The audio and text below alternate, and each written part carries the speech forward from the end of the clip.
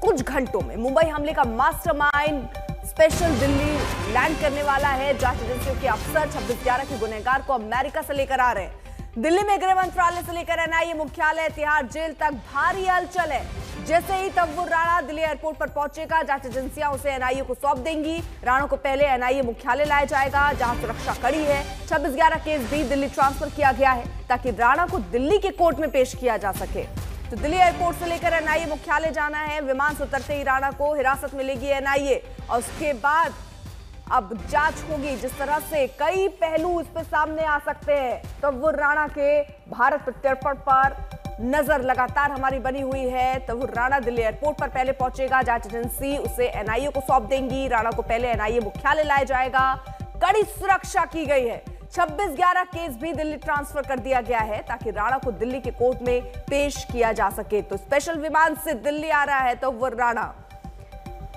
2026/11 case Delhi transfer हुआ। NIA को अब कस्टडी मिलेगी और तिहाड़ जेल में सेल बाकायदा तैयार किया गया है भारी सुरक्षा के हिसाब से।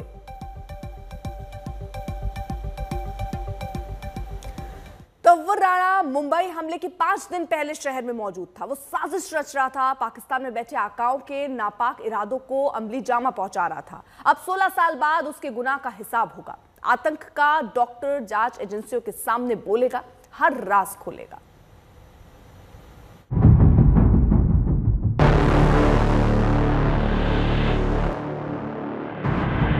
26 नवंबर 2008 यही वो मनहूस तारीख थी जब मुंबई जख्मी हुई।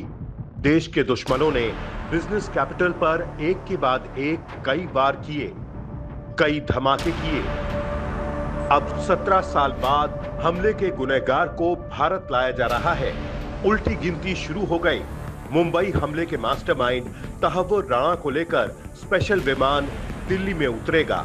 भारतीय सुरक्षा एजेंसी के अधिकारी तहव्वुर राणा को लेकर आ रहे हैं। राणा को लेकर दिल्ली में एयरपोर्ट से लेकर एनआईए मुख्यालय और पटियाला हाउस कोर्ट तक हलचल है। जैसे ही तहव्वुर राणा का विमान दिल्ली एयरपोर्ट पर उतरेगा, एनआईए की टीम उसे अपनी हिरासत में ले लेगी। उसे सीधे एनआईए मुख्यालय ले जाया जाएगा। एनआईए मुख्यालय की सुरक्षा बढ़ा दी गई है। कमांडोज ने पूरे परिसर की घेराबंदी कर ली है। उसे भारत लाया जाएगा। उसके बाद एनआईए का जो ये हेडक्वार्टर जिसकी तस्वीरें हम दिखा रहे हैं, यहाँ पर उसको रखा जाएगा। उसके बाद यहाँ उसका मेडिकल चेकअप भी कराया जाएगा, एक जो प्रोसेस होता है लीगल प्रोसेस। उसके बाद फॉर्मली अरेस्ट करने के बाद उसको वीडियो कॉन्फ्रेंसिंग के जरिए पेश किया जाएगा। एनआईए उसे कस्टडी में लेगी। देखिए, ये एक बड़ी जीत है, भारत की बड़ी कामयाबी है कूटनीति स्तर पर भी। और सबसे बड़ी बात है वो ये है कि अमेरिका ने भी माना है कि भारत जो सबूत दे रहा है तहव्वुर राणा के बारे में, भारत का जो सबूत है वो सफिशिएंट है, यानी भारत के पास एविडेंस जो है वो स्ट्रांग है। 26/11 हमले का केस दिल्ली ट्रांसफर किया गया है ताकि तहव्वुर राणा की पेशी दिल्ली कोर्ट में ही हो। आज ही राणा को पटियाला हाउस कोर्ट में पेश किया जा सकता है। उसकी पेशी वर्चुअल हो सकती है या फिर सीधे जज के घर पर ले जाया जा सकता है। तहव्वुर राणा के लिए दिल्ली की तिहाड़ जेल में सेल भी तैयार है। राणा को तिहाड़ जेल में ही रखा जाएगा। 16 साल बाद ही सही मुंबई हमलों के गुनहगार का हिसाब होगा। हिसाब उस देश में होगा जिस देश का वो गुनहगार है। केंद्रीय एजेंसियां तहव्वुर राणा से पूछताछ करेंगी और तब एनआईए की अदालत जब उसे न्यायिक हिरासत में भेजेगी, मेरे ठीक पीछे इसी तिहाड़ जेल में उसे अपनी आखिरी सांसें लेनी होंगी।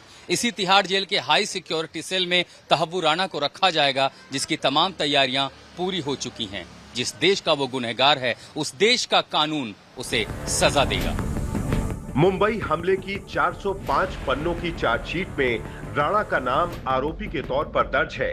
इसके मुताबिक राणा आईएसआई और लश्कर-ए-तैयबा का मेंबर है। राणा हमले के मास्टरमाइंड मुख्य आरोपी डेविड कोलमैन हेडली की मदद कर रहा था। राणा ने ही हेडली को मुंबई में फर्स्ट वर्ल्ड नाम से एक ऑफिस खोलने में मदद की। वो मास्टरमाइंड डेविड हेडली के बचपन का दोस्त था। 64 साल का तहव्वुर हुसैन राणा पाकिस्तानी मूल का कनाडाई नागरिक है। तहव्वुर हुसैन पाकिस्तानी सेना में डॉक्टर के तौर पर काम करता था। इसके बाद वो 1997 में कनाडा चला गया और वहां इमिग्रेशन सर्विसेज देने वाले बिजनेसमैन के तौर पर काम शुरू किया। कनाडा से वो अमेरिका पहुंचा और शिकागो सहित कई जगहों पर फर्स्ट वर्ल्ड इमिग्रेशन सर्विसेज नाम से कंसल्टेंसी फर्म खोली। 26 नवंबर 2008 को मुंबई में आतंकवादी संगठन लश्कर ए तैयबा के 10 आतंकियों ने हमले किए। ये हमले 4 दिनों तक चले। इन हमलों में कुल 175 लोग मारे गए, जिनमें 9 हमलावर भी शामिल थे और 300 से अधिक लोग घायल हुए। जितेंद्र बहादुर सिंह, अरविंद ओझा, हिमांशु मिश्रा के साथ आशुतोष मिश्रा, दिल्ली आज तक।